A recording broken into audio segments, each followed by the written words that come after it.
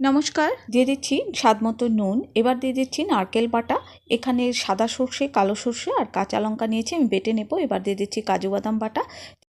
এবার সর্ষে বাটাটা আমি দিয়ে দিচ্ছি। এবার দিয়ে দিচ্ছি টক দই। এবার সর্ষের তেল দিয়ে দিচ্ছি স্বাদমতো চিনি। এবার ভালো করে মেখে নেব। এবার দিয়ে দিচ্ছি হলুদটা দিয়েও আমি ভালো করে মেখে নেব। আর কলা পাতাগুলো আমি তাওয়াতে হালকা সেঁকে নেব। আর ভেটকি মাছ আমি মেখে 30 মিনিট রেখে দিয়েছিলাম। এবার এক পিস ভেটকি মাছ উঠে আর কিছুটা গ্রেভি আর একটা কাঁচা লঙ্কা দিয়ে এভাবে মুড়িয়ে দিচ্ছি। আর এই ভেটকি মাছগুলো আমি তাওয়াতে ভাজবো না, এটা জলের মধ্যে ভাপাবো। আর বিয়ে বাড়িতে জলের মধ্যে এভাবে ভাপানো হয়। কলা পাতায় এভাবে মুড়িয়ে আমি সবগুলো মাছ রেডি করে নিয়েছি।